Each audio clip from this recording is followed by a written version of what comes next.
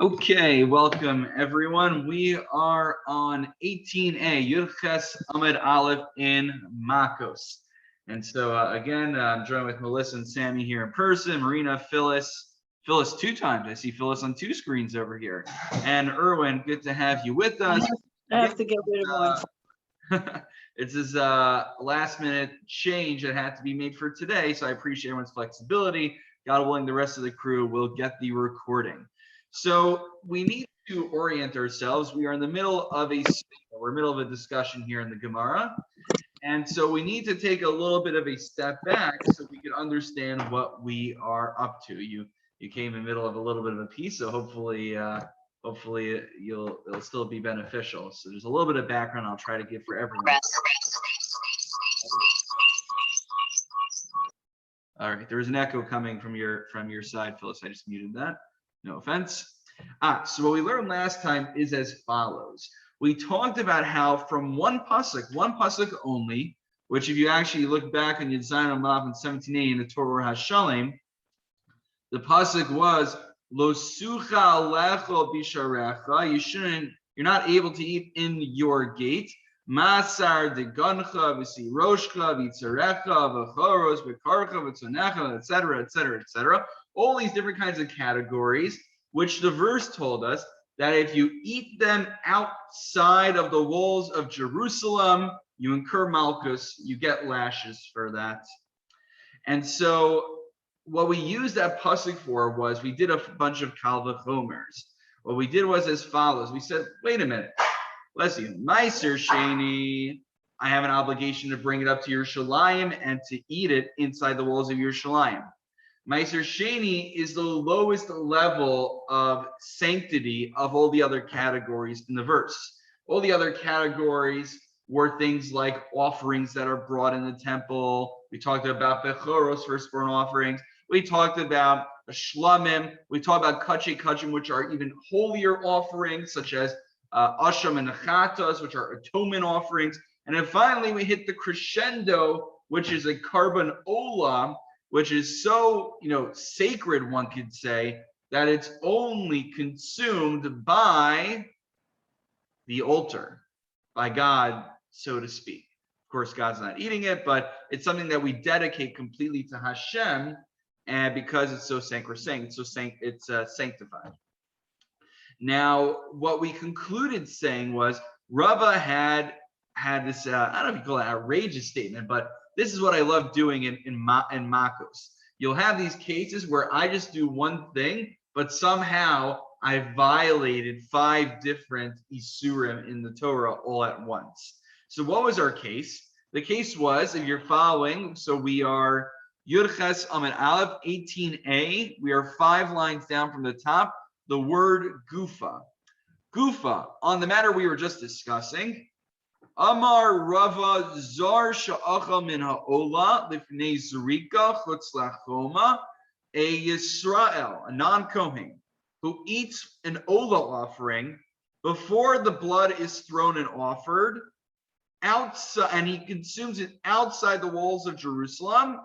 Rabbi Shimon lokech, he gets 5 sets of lashes for that. Why is that? So let's enumerate them. Number 1, because he ate outside the walls of Jerusalem. Number 2, he consumed it before the blood was thrown, lifnei zurika. Number 3, he's a zar. Since he's a zar, he's not a Kohen, he shouldn't be eating kachim, the higher level of karbanos, of offerings. And then also, he ate it not only outside the walls of Jerusalem, but of course, he also, by virtue of doing that, consumed kachim outside of the Beis HaMikdash, outside of the temple. Kachim, because of its elevated sacred status, must be consumed not only within Yerushalayim, but within the temple grounds, within the Azara, the courtyard area. If you eat it outside, that's another issue to add to the tally. And then finally, he's eating an Ola offering, which is the offering that only goes to Hashem. No one's allowed to partake in other than God. And therefore, by a Zar, a non-Kohen, eating a carbon Ola outside the walls of Yerushalayim, he violates 5 prohibitions and would incur 5 sets of Makkos, of lashes, based on that. That's what we learned last time. I want to pause briefly for a moment for clarification questions. Because the Gemara we're going to do now is predicated on our understanding of this. So I know I just threw out a lot of things that we did.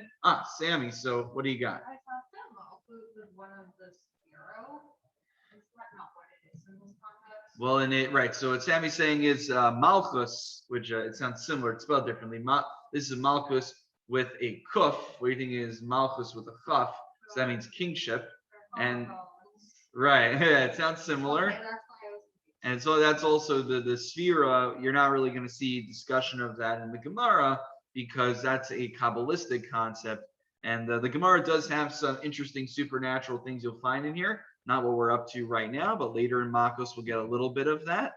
So it's a Malchus, a very important term that refers to lashes that are administered by the rabbinical court for violating certain prohibitions in the Torah.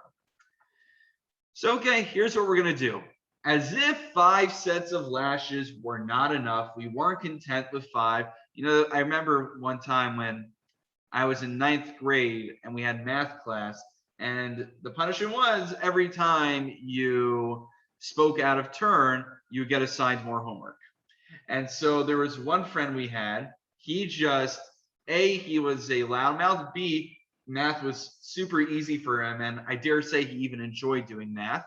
So what he would do is he'd speak out of turn, and the teacher would be like, that's 10 more questions you got to do in your homework. He's like, that doesn't matter to me. That's 10 more. And he would just like build it up until there was nothing left for him to assign to him. So that's kind of what we're doing over here, which is, five sets of 39 lashes. That's nothing. I could take much more than that. Well, let's see if we could find a reason for a czar, a Yisrael who eats from a carbon ola outside the walls of Jerusalem, to incur even more malchus. So what we're going to do is we're going to bring in a few other psukim in the Torah that would seem to be telling us that a czar that eats from an ola should be getting even more malchus. Each time a pasuk would tell us that a czar should not eat an ola would be grounds for an additional set of malchus. We already know, by the way, this when I was initially reading the Gemara, it wasn't clear to me. So if it wasn't clear to me, maybe a few of you will benefit from this clarification.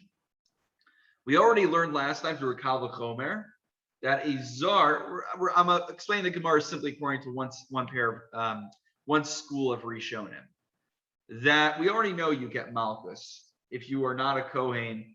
Sorry, if you're anyone who really eats an ola. Anyone who eats a carbon ola gets malchus because you're not supposed to eat carbon ola.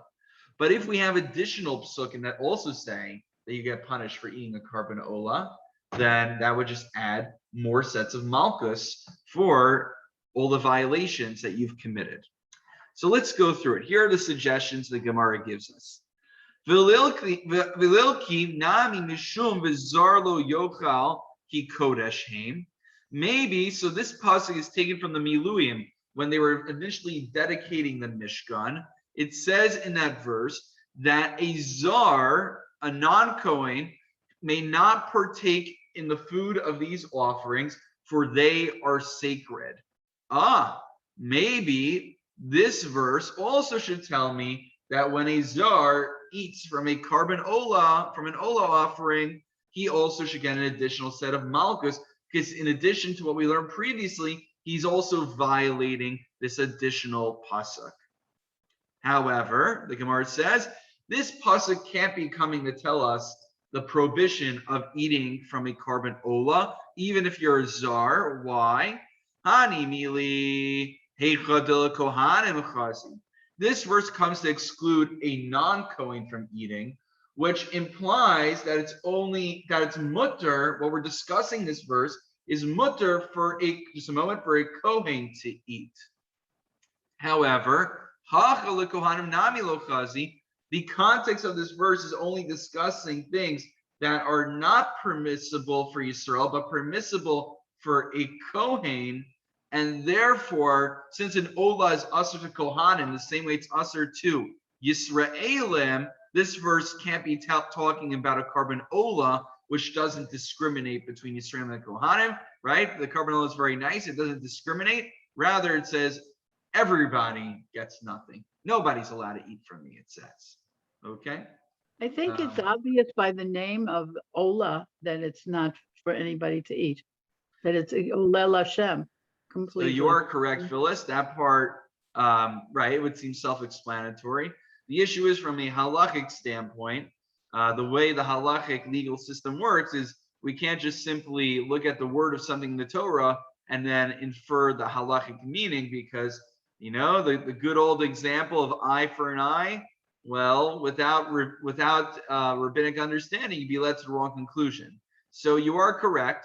Just pshuto shel mikra, a carbon ola sounds like something that completely goes up. Compared to all the other yeah. carbonot. What was that? Compared to all the other carbonot. Certainly. Now, but what we're doing here is no one's disputing that. We're not disputing here whether one can eat a carbon ola or not. We're trying to figure out if this particular verse would be an additional prohibition to eat a carbon ola for Yisrael. We say it doesn't make sense because this pasuk is only prohibiting it for Yisrael, not for a Kohen. And therefore, whatever this pasuk is talking about, it can't be talking about a carbon ola because the carbon ola is usher to Yisrael and a Kohen alike. That's what the Gemara says. And if you got that, it's going to be a very similar logic for the rest of the Shakavataria of this piece of the Gemara.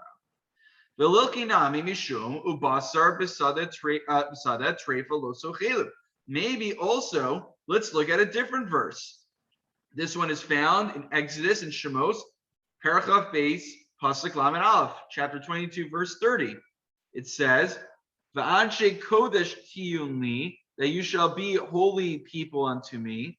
Ubasar basada treifa lo sochelu, la kelav tashlichuno. So this is the famous verse, or I shouldn't say famous because maybe we don't know about it. This is the classic verse that tells us that if we have tray food, don't throw it out, but rather throw it to the dogs. Why do we do that? Probably to show hakar satov for the dogs, how they treated us in Egypt, as the classic explanation goes.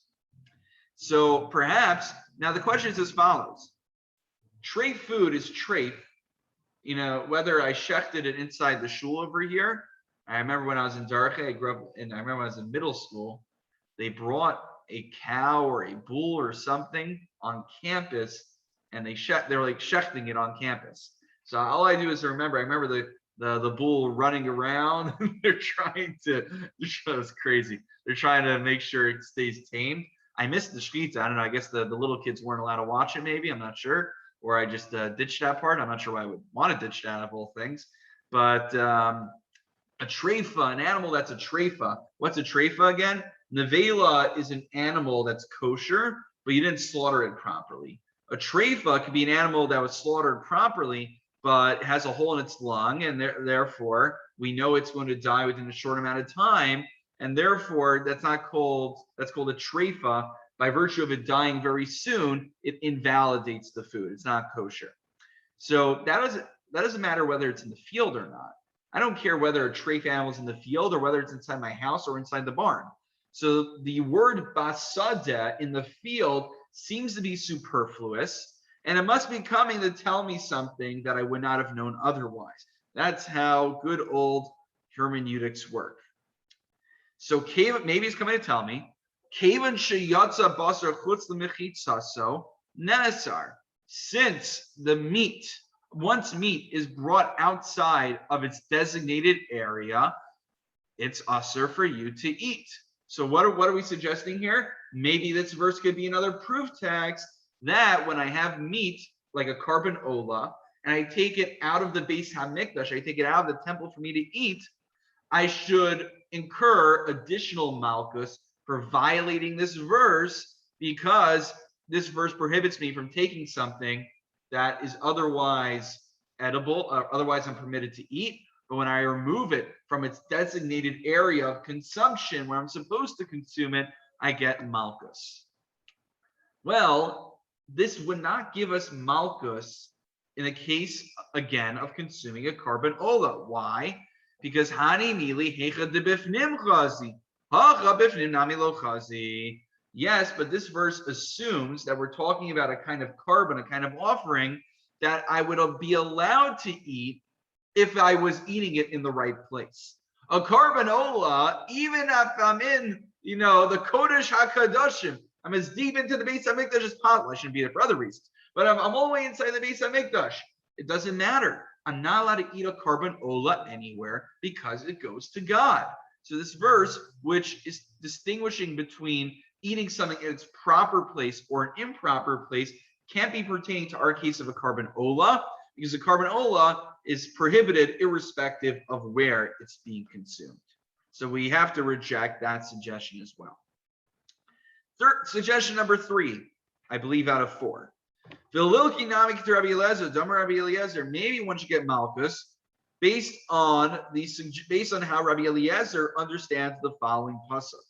Lo yochal ki kodeshu. It says that one should not eat, for it is kodesh. So if you just look, it's Shemos Chaf Tes Lamed Daled. It's Daled on the side of your Gemara if you have the Torah Shalem. Mivasim Mibsar Hamaluim and Alechem Ad Haboker. This is referring to nosar. So we're about to flip the page. Now, what is nosar? Let's remind ourselves what nosar is. Nosar is generally, the rule is, when you bring a particular carbon, you bring a particular offering, there is a prescribed amount of time that I must consume that offering in. The carbon Pesach must be consumed before midnight, arguably until Alos HaShachar, until the morning. A Shlamim offering, you have, I believe, 1 night and 2 days to finish it. Basically, once the deadline is passed and you did not consume the carbon during its prescribed time, it becomes what we call nosar, it's leftovers. And this verse tells me that I'm not allowed to eat leftovers.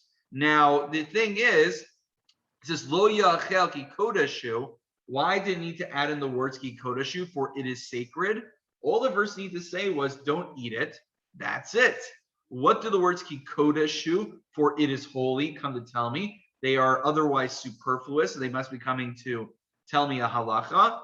Kol sheva kodesh pasul, anything that's kodesh that becomes pasul because you brought it into a circumstance that rendered it invalid. So this verse serves as a proof text to tell me anytime that you have a carbon that is permissible for you to eat, and then you wait or you actively bring it into circumstances that render it invalid, then there is an isser, there's a prohibition to eat it. So maybe this should also be not just a proof text for nosar, but it should be a proof text for carbon ola as well. That when I eat a carbon ola outside the Beis HaMikdash or even outside the walls of Yerushalayim, I should get an additional round of Makkos for that, because I rendered it pasul by taking it outside of the Beis HaMikdash. The issue is, the same logic applies here again. This verse assumes that there was at least some point in time that it would be permissible for me to eat something. I was allowed to eat the carbon shlamim, but then the deadline passed, and now I can't eat the carbon shlamim. Therefore, I get Makkos for eating it after the deadline. Well, actually, you really wouldn't get Makkos, because when it comes to nosar is a lafanite klase, because it says if you wait too long to eat the nosar, then you have a mitzvah, let's say a positive mitzvah, to burn the leftover food. So since you have what's called lavanite klase, a positive mitzvah that's there to rectify a sin that we committed, you wouldn't get Makkos. That's what we talked about previously. Anyway, coming back to our discussion, a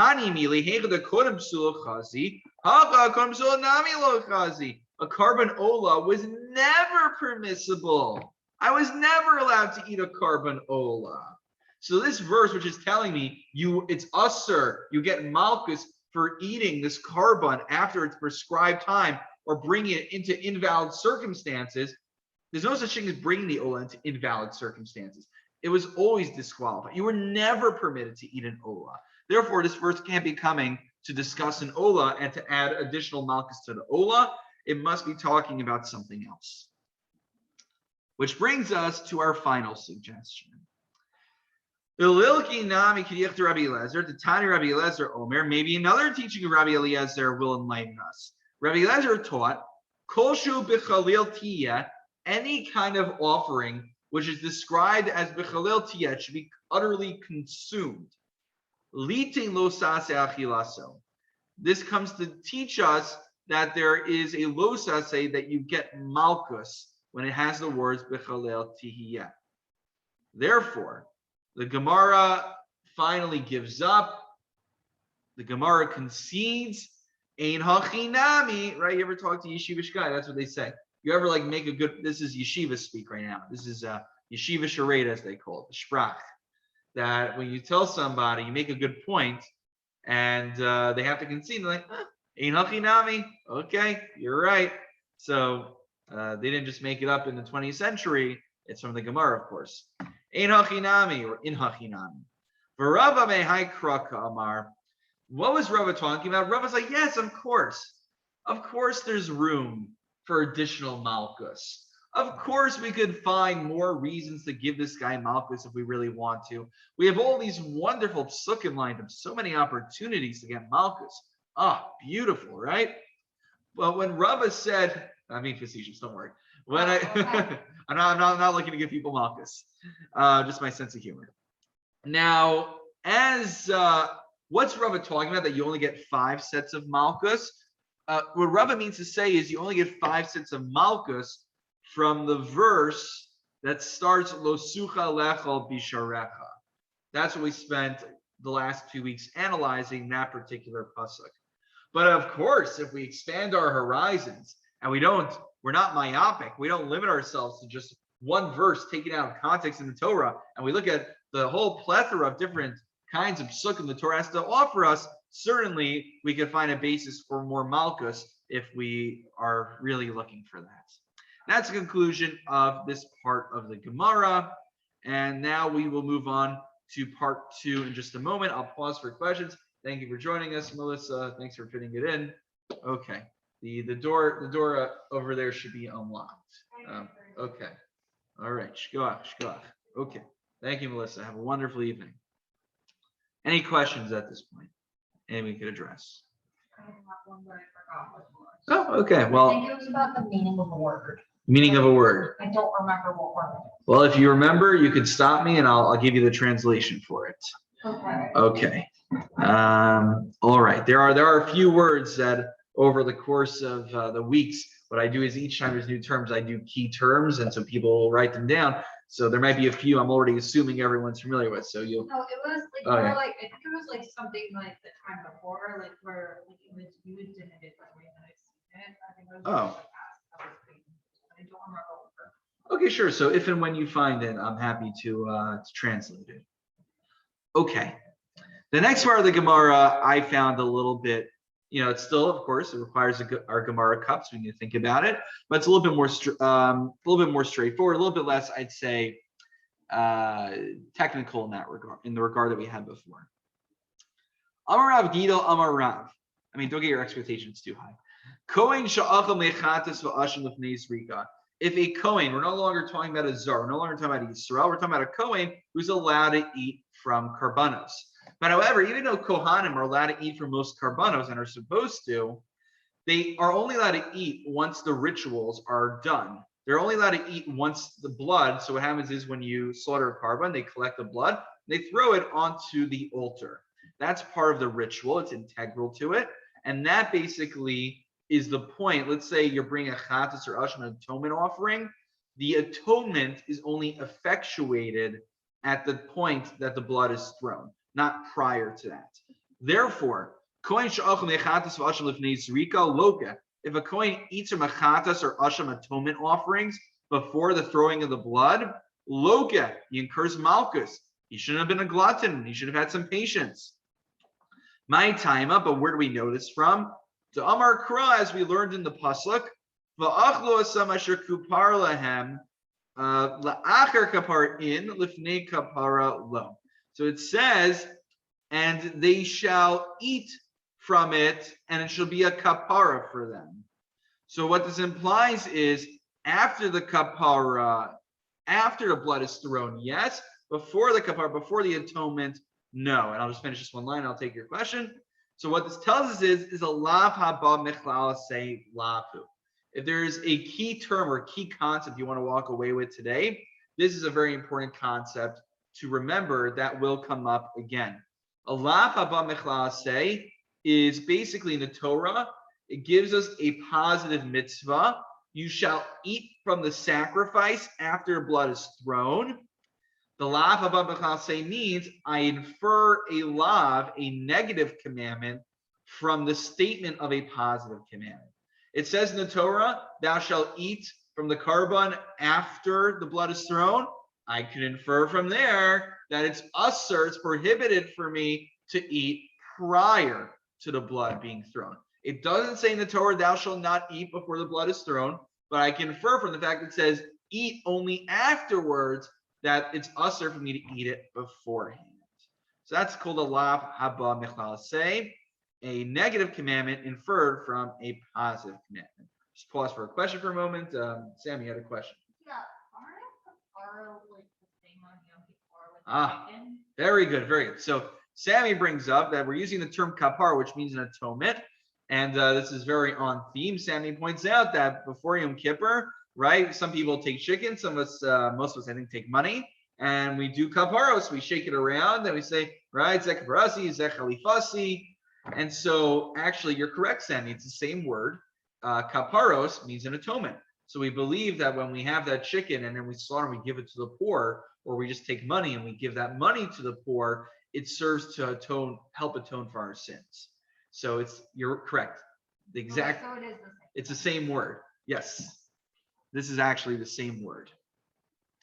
Now, whether one should be doing it with a chicken or not, it's a funny, I saw a comic actually that came out a few years ago, and it shows a chicken on a cross, and it says, I died for your sins. So it's, when I first saw it, I'm like, yeah, it's such a barbaric practice. But then I was thinking, not to say we can't do it in a way that's more ethical and a way that's a little bit more sensitive to tsar bali chaim and not inflicting pain on the animals, but karbanos, animal sacrifice, was part of the temple service. So even though kaparos might be arguably a newer innovation, the notion of me rejecting it on the basis of saying we shouldn't sacrifice animals to God for atonement, well, that is very much rooted in halacha. Now, can we do it in a more ethical way, in a way that's more sensitive to the animals? We did a shiur about a year ago on eating veal and eating foie gras, Phyllis, if I pronounced it correctly, which is basically, these are calves or geese that are force-fed, and they're kept in terrible conditions. So Rav Moshe Feinstein, Rav Yosef, in two separate shuvos, one talking about veal, one talking about foie gras, both said it's usher to eat them. One, because they might become trephos because they're in such terrible conditions, but B, because you are enabling tsar bali chaim, you're enabling gratuitous pain inflicted on animals. My mom didn't eat veal because she just it was her moral thing, like she thought it was unethical, not because of any Jewish reason, just like her personal beliefs. Well, looks like your mother intuitively is backed up by the Torah. Yeah, your mother and Rav Moshe Feinstein came to the same conclusion on veal. So there you go. That's the Yiddish neshama. She and got learning right now about this should serve as the Lias neshama. It should be a merit for her. Yeah. Okay.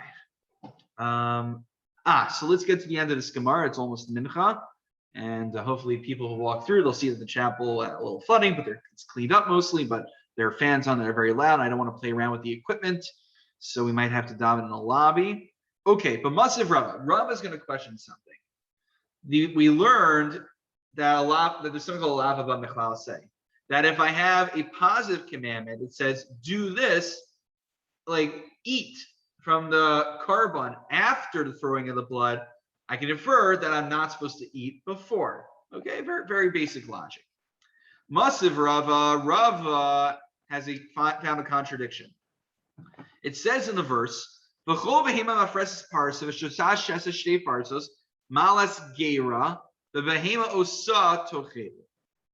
says any animal that has split hooves and that chews its cud from these animals you're allowed to eat. Huh. Vegan to ka'amrit. Well, if that's true, that I can infer that if it says in the Torah, I'm only allowed to eat from animals that chew their cud and have split hooves, then I can infer that it's usher for me to eat any animal that doesn't chew its cud and have split hooves. If that's true, why does it need to say, why did it need to tell me in the Torah from these animals? It lists like bunny rabbits and different animals that are non-kosher. These animals you shouldn't eat. Lamali. If the Torah told me you're only allowed to eat from animals that chew their cud and have split hooves, it doesn't need to go ahead and then delineate and to enumerate all different kinds of animals that I'm not allowed to eat. I would infer from the fact there's a positive statement in the Torah that you may eat from these animals that have split hooves and chew their cud. I would infer anything that doesn't chew its cud and have split hooves, I'm not allowed to eat from. It's usher. So then why, if that's true that I can make inferences like that in halacha, then why does the Torah need to tell me don't eat from these non-kosher animals? I would already know I'm not allowed to eat from them because the Torah told me I can only eat from the kosher animals. Yes, Sammy. Aren't bunnies also like under the same category as snakes and that they're low to the ground, so you can't eat them? I don't remember the particular reason why, but basically because they don't have both criteria, split hooves and chewing cud. I just remember like when we were studying Parshat Shmini in like 6th grade. Oh, they were talking well, about, like Shrutzen you're thinking about. I Like, have no idea. okay, that's good. That's good memory. Yes. There is idea of Like different animals. alligators and snakes. So we have animals that are like Shrutzen that we talked about in the previous week, which are like we call the creepy crawly things on the ground, and some of these might fall in these categories. Yeah, so very good. So a few, like 2 weeks ago, we talked about this in the Gemara, and so I think bunnies are. You know what's funny actually? You're talking about an arnevis, a rabbit. So the Gemara Megillah is one of the candidates for the next Gemara we're going to do together, God willing. Okay. So Megillah, it talks about how the sages were forced to translate the Torah into Greek. And the issue was they didn't want to translate certain things because the Greeks would think that they were doing it to be offensive. So one of them was, I think my recollection was that the wife of the Caesar's name was something like a rabbit. And they thought by saying that the arnevis, that the rabbit, is listed as one of the things that's usher for you to eat, he would take it as a slight against his wife and then put all the sages to death. So they had to play around when they translated it into Greek, lest his ire be evoked on everybody. So that's what that reminds me of. Okay, but the question is, Rabosai, if I'm allowed to infer a losase, a negative commandment from a positive commandment, why do I need the Torah to list all these things I'm not allowed to eat? I can infer I'm not allowed to eat them because they don't meet the criteria for what I'm allowed to eat. So the Gemara accepts this question and therefore says, Eli Itmar Haki Itmar. Rather, this is not what Rav Gidal said. Amar Rav Gidal, Amar Rav. Rather, what did Rav Gidal teach? He taught something different. We misunderstood it. We're not talking about a Kohen right now. Zar Shach Mechatas Asham Nezrika Pater. A Yisrael who eats a mechatas and asham offering. Now Yisrael is not supposed to eat from mechatas and asham. Only a Kohen is allowed to. However, here's the interesting detail. Let's say the Yisrael eats it lifnei zrika pater. Before the throwing of the blood, he would not incur malchus for eating the chatas and asham, at least inherently for being a zar, non-Kohen. Why? My taima damar krav achluosam asher kupar behem. Because it says in the verse, and they shall eat from it after the atonement has been fulfilled for them, after the blood has been thrown. Kol hichad to karinam be bachluosam asher kupar behem karinam be v'zarlo yochal kodesh. It's only when the food becomes eligible for the Kohanim to eat it, does it then become usher for the Yisraelim to eat it. But since the carbon, prior to the blood being thrown, the Kohen is not supposed to partake in it yet, Therefore, the prohibition for the Yisrael to partake in it does not yet apply. Only once there's a mitzvah for the Kohen Dafka specifically to eat it is Yisrael excluded from eating it. But since Kohanim are not eligible to eat from it prior to the throwing of the blood, there wouldn't be any inherent infraction on the part of Yisrael of eating the chatas and asham offering before the throwing of the blood for being a Yisrael as opposed to a Kohen. Now he would get Malchus, however, for eating it before the throwing of the blood, which a Kohen would be punished for. But he won't be punished intrinsically for being a Yisrael, because it's not incumbent upon the Kohen to eat it yet until the blood is thrown, and therefore he's not excluded until the point of the blood being thrown. So therefore, whenever the Kohen is not mandated to eat from it, i.e. before the blood is thrown, we do not invoke the pasuk of a zar shall not eat from it. So again, he'll get malchus for other reasons, but he won't get malchus. He won't get malchus for being a zar. Now, that brings us to the end of the Gemara. I want to share just one last idea before we end. We touched on, and Sammy brought this up. We talked about tsar bali chaim, which is the principle that forbids us from gratuitously harming animals. Now, why do I say gratuitously? That's a very important point, meaning needlessly harming animals. The question comes up, and this is very important. We only have 3 minutes, so we're not going to, I'll do it between Mincha and Mar, maybe on Shabbos. We'll talk about abortion actually in halacha, because it's in the, because of Texas, it's in the headlines again. And it's always important not to let the pundits tell us what Judaism holds about abortion, but God willing, we'll try to explore the different sides of it in between Mincha and Mar this Shabbos. Rabbi Cohen asked me to speak. But so we're not getting into all the halachas of abortion yet, but what we do know is that if the mother's life is in danger for a human being, everyone holds you could abort the baby to save the mother's life. The question is, when it comes to, I can hear my voice twice.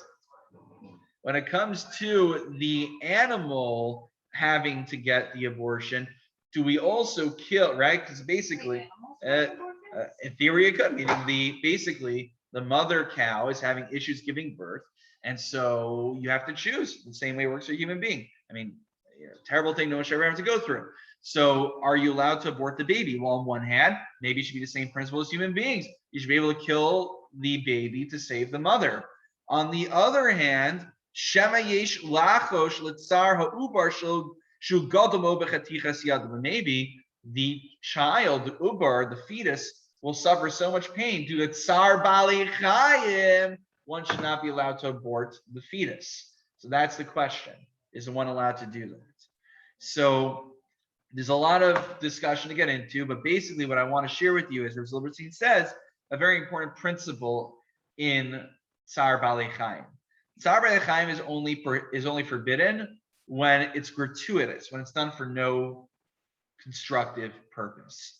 However, when there is a purpose to it, there's no tsar bali chayim. And therefore, since one is saving the mother by aborting the child, it would not constitute tsar bali chayim. Because tsar bali chayim is only when it's done gratuitously, but when it's done for a constructive purpose, it would be permissible. And therefore, on that basis, he says that one would be able to abort the cow fetus in that case. God willing, to Mincha, we'll talk more about the halachos of the abortion, because it's in the headlines once again, and we should of course understand that it's a nuanced issue from a Jewish standpoint. And Mincha is in 1 minute, so we will end the shir now. Thank you all for coming on Zoom and in person. Thank you.